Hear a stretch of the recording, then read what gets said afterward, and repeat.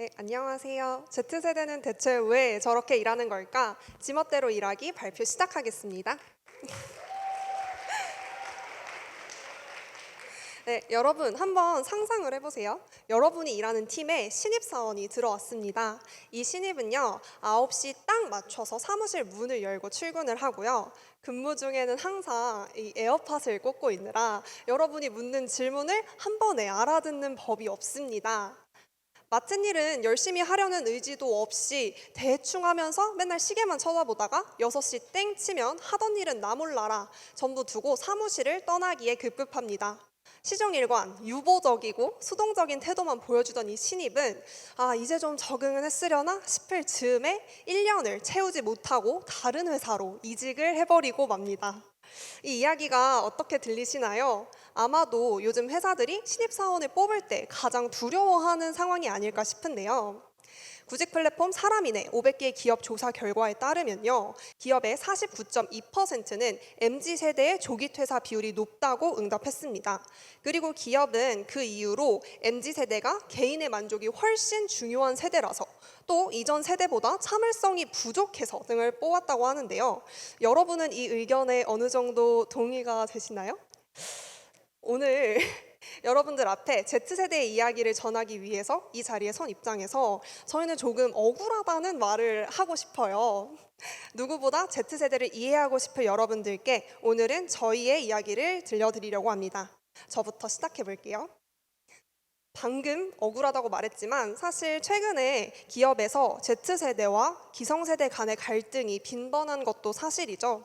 저도 여러분들의 시선에서 봤을 때 전형적인 책임감 없는 Z세대였던 경험이 있어요. 거기서부터 이야기를 이어나가 볼게요. 저는 성인이 된 이후 약 2년간 다양한 학생들을 만나면서 과외를 했습니다. 왼쪽에 있는 책들이 제가 과외를 할 때 사용했던 교재들이에요. 과외는 제가 성인이 된 이후로 가장 오래 한 일 중 하나이지만 이 시기에 제가 쓴 일기를 보면 제가 일 자체를 즐기면서 하지는 않았던 것 같아요. 저한테 있어서 과외는 짧은 시간 안에 가장 많은 돈을 벌 수 있는 꿀알바에 가까웠습니다. 이 시간만 꾹 참고 버티면 저한테 금전적인 보상이 돌아오는 일이었어요. 그렇게 제가 만난 학생들 중에는 고등학교 3학년도 있었는데요. 저랑 수업을 진행한 연도에 입시 결과가 그렇게 좋지는 않았던 것 같아요. 수능이 끝난 후 그 학생에게서 재수를 하게 되었다는 연락을 받았을 때 저는 처음으로 제가 쉽게만 생각했던 일의 영향력을 체감하게 되었습니다. 하지만 그때에는 다음엔 더 잘해야지, 더 노력해야지 반성하기보다 당장 일이 저한테 주는 부담감이 너무 크게 느껴져서 도망치고 싶었어요. 그래서 그때 일이 계기가 되어서 2년간 해오던 과외를 모두 그만두었던 경험이 있습니다. 하지만 여기서 중요한 건 제가 항상 맡은 일에 책임감 없는 사람은 아니었다는 거예요.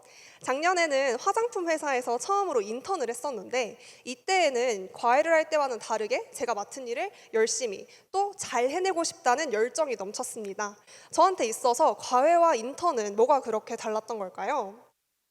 인턴을 하기 바로 직전 학기에 저는 유럽에서 교환학생을 했었는데 그때 들은 수업 중에 패션 비즈니스 수업이 있었어요. 처음에는 어려운 전공 과목 사이에 가볍게 들을 수 있는 교양 수업 정도로 생각했는데 실제로 유럽에 있는 패션 기업의 견학도 가보고 다양한 패션 박물관들도 돌아다니면서 이 시기에 실제로 패션과 뷰티 업계에 대한 관심이 굉장히 높아졌습니다. 그 상태로 한국에 돌아오자마자 화장품 회사에서 일을 할 수 있는 기회가 주어지니까 스스로가 좀 대견하게 느껴지기도 했고요. 수업으로 배운 내용을 회사에서 배울 수 있다는 게 저한테 큰 동기부여가 됐습니다. 당연한 이야기이지만 회사 생활이 제가 기대했던 것만큼 멋있지만은 않았어요. 저는 회사에서 인스타그램 계정을 운영하는 역할을 맡았었는데 처음에는 이상하게 컨텐츠 반응이 정말 좋지 않았어요. 좋아요 수는 두 자릿수를 넘기지를 못했고 컨텐츠를 올릴수록 팔로워는 줄어드는 이상한 현상이 지속됐습니다. 제가 과외를 할 때의 마음가짐이었으면 회사도 당장 때려치고 싶었을 텐데 이번에는 왠지 조금 더 좋은 결과를 내고 싶다는 욕심이 계속해서 들었어요. 저는 그래서 제가 촬영하고 편집하던 릴스에 이렇게 직접 모델로 출연을 하기도 했고요. 또 새로운 팔로워를 더 모으고 싶다는 생각에 처음으로 인스타 광고를 공부하기 시작했습니다. 처음에는 이 시기에 썼던 일기를 살펴보면 처음에는 회사 시간 이후나 주말에 혼자서 인터넷 강의를 보면서 공부를 하다가 자격증도 따고 나중에는 전문가인 팀원분들께 이런저런 조언을 받아가면서 제가 만든 컨텐츠에 광고를 붙이기 시작했습니다. 결과적으로 저는 3,000명의 신규 팔로워를 모으면서 6개월간의 인턴 생활을 무사히 마칠 수 있었어요. 저는 이 인턴 경험을 통해서 어려운 상황에서도 포기하지 않고 최선을 다하는 책임감 있는 태도를 배울 수 있었습니다. 다음은 새로운 분야에 도전하면서 성장했던 서영이의 이야기를 들려드릴게요. 서영이는 오늘 또 한 번 일에서 성장하는 과정을 겪느라 오늘 이 자리에 함께하지는 못했고요. 제가 대신해서 서영이의 일 경험을 전해드리겠습니다. 건축학과를 전공한 서영이는 건축사무소에서 인턴을 했었는데 사무소 옆에 있는 출판사에서 지도 제작 업무를 할 사람을 구했었대요. 서영이는 이전부터 관심이 있는 분야이기도 했고 이번 기회에 한번 배워볼까 하는 생각이 들어서 호기롭게 도전을 외쳤습니다. 서영이도 처음에는 쉽지 않았는데요. 난생 처음 보는 인디자인이라는 툴로 작업을 해야 했거든요. 당장 툴을 배우기도 급급한데 이런 지도 제작 업무까지 동시에 해내야 하니 부담감이 굉장히 심했고 서영이가 투입된 시점은 마감이 임박한 상황이라서 서영이가 받는 스트레스는 굉장히 높았습니다. 하지만 동시에 일을 배울수록 서영이는 출판 업무와 지도 제작 업무에 큰 재미를 느꼈대요. 왜냐하면 어떻게 하면 사람들에게 작업한 내용을 쉽게 전달할 수 있을지 세세한 부분까지 고민하는 과정이 흥미로웠고 전에는 몰랐던 새로운 지식을 계속 배울 수 있었거든요. 마감이 다가올수록 서영이는 누가 시키지 않았는데도 밤을 새워서 작업을 할 정도로 잘하고 싶은 마음이 가득했대요. 무엇보다 자기가 하겠다고 도전한 일이니 마무리도 꼭 본인이 하겠다는 책임감으로 일을 했습니다. 오랜 작업에 자세가 망가져서 이렇게 거북목이 되어도 일하던 책상에서 김밥으로 끼니를 때워도 워라밸이 무너져서 새벽에 퇴근하고 점심에 출근하는 일상이 반복되면서도 각 챕터를 끝낼 때마다 서영이가 느끼는 성취감은 높았어요. 거기다 이렇게 작업 사진이 앨범을 가득 채울 정도로 열심히 일을 하다 보니 작업에도 곧 능숙해져서 서영이는 그런 스스로가 대견하다는 생각을 하며 끝까지 일을 마칠 수 있었습니다. 3개월 후에는 작업했던 내용이 이렇게 책으로 출판된 걸 보면서 큰 성취감을 느꼈고 앞으로도 관련된 일을 잘 해낼 수 있을 것 같다는 자신감까지 붙었대요. 책임감을 가지고 끝까지 일해서 성장했던 서영이의 좋은 경험이었습니다. 그러면 저랑 서영이의 경험 사이에 공통점을 한번 찾아볼게요. 둘 다 자신이 했던 일에 책임감을 느끼고 있었고 노력의 시간을 거쳐서 성장할 수 있었어요. Z세대에게 일은 단순히 직업을 갖거나 돈을 버는 게 전부가 아니라 내가 되고 싶은 사람으로 성장할 수 있는 원동력이 된다고 생각합니다. 대학내일 20대 연구소의 조사 결과에 따르면 밀레니얼 세대가 업무를 통해서 경제 활동을 하는 것을 중요한 가치로 뽑은 것과 달리 Z세대는 업무를 통해 자아를 실현하는 것을 가장 중요한 가치로 뽑았는데요. 이렇듯 밀레니얼 세대가 업무를 통해 경제활동을 하는 것을 중요하게 생각했기 때문에 일과 삶 사이의 밸런스를 중요하게 여겼다면 Z세대는 일을 통해 성장의 가치를 추구했기 때문에 일과 삶 사이의 경계를 구분하지 않고 융합하는 워라밸을 추구하게 된 거죠. 여러분은 혹시 이런 직장인 2교시나 플라이어스, 프립과 같은 자기계발 어플을 사용해 보신 적이 있으신가요? 네. 요즘 이렇게 직장인분들이 퇴근 후에도 스터디 모임을 통해서 공부하며 자기 개발을 하는 사례가 느는 것도 한 가지 예시로 볼 수 있는데요. 저 같은 경우는 다음 달인 9월부터 독일에 있는 회사에서 인턴으로 일을 하게 되었는데 제가 맡은 포지션은 영어로 충분히 일을 할 수 있는 일이에요. 그런데 현장에 가면 아무래도 독일 직원들과 마주칠 일이 많으니 팀원들과 적극적으로 소통하고 싶다는 생각이 들더라고요. 그래서 저도 이런 스터디 모임을 통해서 독일어를 공부하기 시작했습니다. 아직 제 일은 본격적으로 시작되지 않았지만 제가 조금 더 성장할 수 있는 환경을 만들기 위해서 적극적으로 노력하고 있어요. 반대로 말하자면 우리는 일을 통해서 배울 수 있는 게 없거나 성장할 수 없다고 느낀다면 그 일에 대해서 책임감도 가지지 않고 수단으로만 여기게 될 거예요. 제가 아주 오랫동안 해오던 과외를 곧장 그만둔 것처럼요. 이게 바로 여러분이 생각하는 이기적이고 책임감 없는 Z세대의 모습은 아닐까요? 하지만 이건 저희가 가진 모습 중에 아주 작은 빙산의 일각에 불과합니다. 저희는 이를 통해서 저희가 되고 싶은 모습에 가까워질 수 있다는 확신이 든다면 어떻게든 책임과 소명을 다해서 일에 몰입할 수 있는 사람들이에요.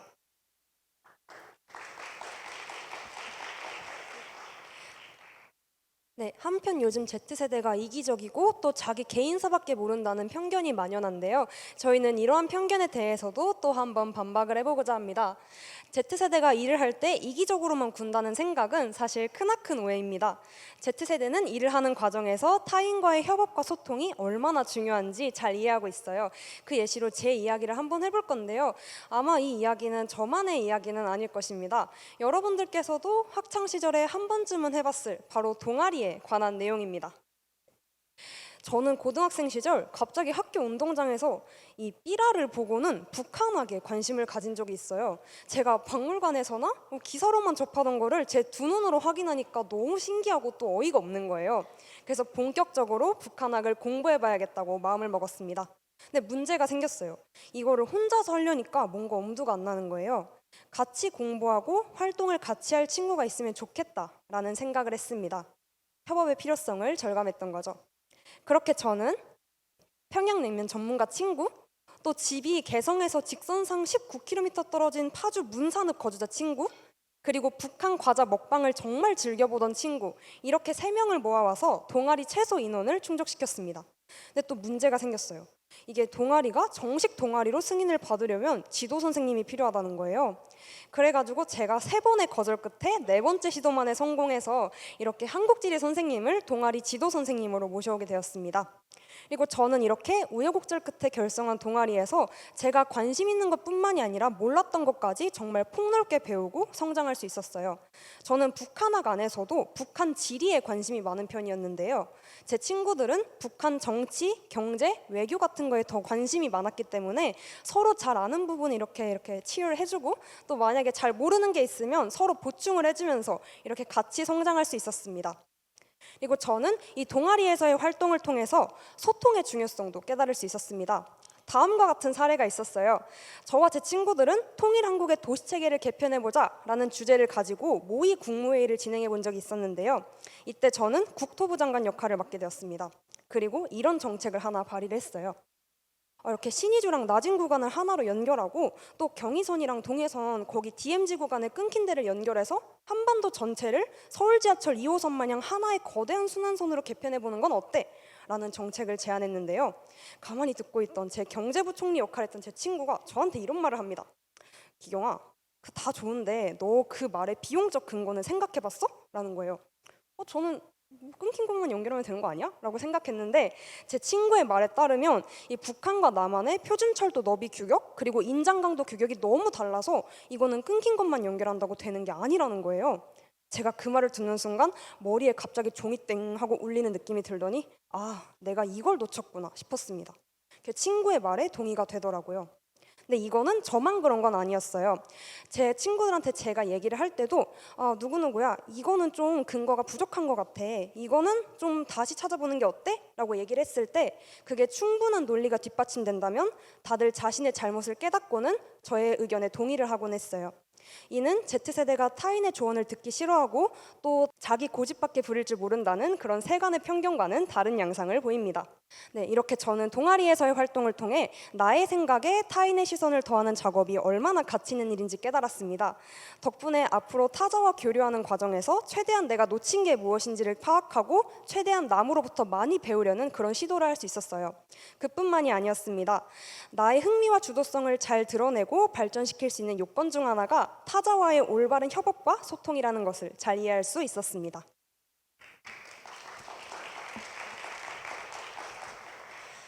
소통과 협업에 대한 얘기라면 저도 여러분들과 나누고 싶은 이야기가 있습니다. 작년 1월 저는 동아리에서 만난 7명의 선배님들과 함께 한 해커톤 대회에 참가하게 돼요. 여기서 해커톤이란 해킹과 마라톤의 합성어로 디자이너, 개발자 등의 다양한 팀원들이 모여 아이디어를 도출하고 이를 웹 또는 앱 서비스로 만들어내는 행사를 말합니다. 어떤 주제로 이 대회를 나갈지 고민하던 저희는 당시 이러한 기사들을 발견하게 됩니다. 당시 코로나19가 장기화되면서 헌혈량이 지속적으로 감소하게 되었고 이로 인해 혈액 수급에 어려움을 겪고 있다는 기사들이었어요. 저희는 이러한 사회 문제를 해결하고자 블러브라는 서비스를 기획하게 됐는데요. 블러브는 기존의 종이 헌혈증의 문제를 개선하였고 NFT라는 신기술을 활용해서 MZ 세대에게 더욱더 매력적인 서비스였어요. 이렇게 사회 문제를 해결하고자 하는 저희 팀의 의지가 잘 반영되었는지 대회 측에서는 저희를 1차 합격팀으로 선정시켜줍니다. 이렇게 1차 합격팀으로 선정된 후 그 다음 주 저를 제외한 7명의 개발자들이 학교 근처 카페에서 대면으로 개발 회의를 진행했다고 해요. 당시 거리두기가 매우 심각한 상황이었어서 철저하게 두 그룹으로 나누어져서 서로 절대 아는 척을 하지 않고 회의를 진행했다고 해요. 그리고 그날 밤 저녁 한 불안한 카톡 알림 소리가 울립니다. 얘들아로 시작된 이 카톡을 확인해 보니까 한 선배님께서 코로나 양성 결과가 나왔다는 충격적인 내용이었어요. 이 연락을 본 저희 팀은 모두 사진과 같은 표정이 되어서 팀 단체 카톡방이 난리가 나게 되었는데요. 다행히 저녁 나머지 6명의 팀원들이 음성 결과가 나오게 되면서 저희 팀은 모두 편안한 상태로 잠이 들게 됩니다. 그리고 다음 날은 제가 만 19살을 탈출하게 된 제 만 20살 생일날 아침이었어요. 상쾌하게 일어난 저는 저희 팀의 단체 카톡방을 확인했는데 저희 팀의 단체 대화방은 한마디로 아수라장이었습니다. 열이 너무 심하다는 팀원, 기침이 멈추지 않는다는 팀원, 목소리가 나오지 않는다는 팀원 등 하나같이 모두가 코로나 증상을 호소하고 있었습니다. 그렇게 하루 종일 한 명씩 코로나에 감염되기 시작하더니 저녁쯤에 돼서는 저를 제외한 7명의 팀원들이 격리가 되는 생일날 줄초상을 맞게 됩니다. 지금은 이렇게 웃으면서 말할 수 있지만 당시 저희 팀은 대회까지 2주밖에 남지 않은 시간이 있었고 그 무엇보다 협업이 중요했던 프로젝트였어요. 또 이렇게 우울하게 있는 건 우리 팀과 어울리지 않는다고 판단하여서 저희는 저희만의 일하는 방식을 만들어가기 시작했습니다. 바로 구글 미트라는 링크만 있으면 언제 어디서든지 접속이 가능한 화상회의 시스템을 활용했는데요. 저희는 자는 시간 8시간을 제외하고 매일 16시간 동안 이 구글 미트 링크를 카톡방에 공유하였어요. 저희는 혼자 자취하는 팀원들의 건강 상태까지 챙기기 위해 아침 저녁으로 서로의 안부를 묻는 점호 시스템을 만들었고 그 외에 16시간에는 언제든지 개개인이 원하는 시간에 팀원들과 연결되어 일을 할 수 있는 분위기와 환경을 만들어 갔습니다. 여기서 중요했던 건 개개인의 의사를 존중하고 연결을 절대 강요하지 않았던 것이었어요. 또 언제든지 원하는 시간에 팀원들과 연결될 수 있는 환경과 분위기를 만들어 간 것이었습니다. 덕분에 저희는 모두가 격리된 상황 속에서 그 어떤 팀원도 외로움 속에 두지 않을 수 있었어요. 저희는 비록 대회를 준비하는 기간 동안 모든 팀원들이 단 한 번도 대면으로 만나지 못했지만 대회 마지막 날까지 끝까지 연결을 놓지 않기 위해 노력한 결과 대상을 수상하는 뜻깊은 결과를 얻을 수 있었습니다.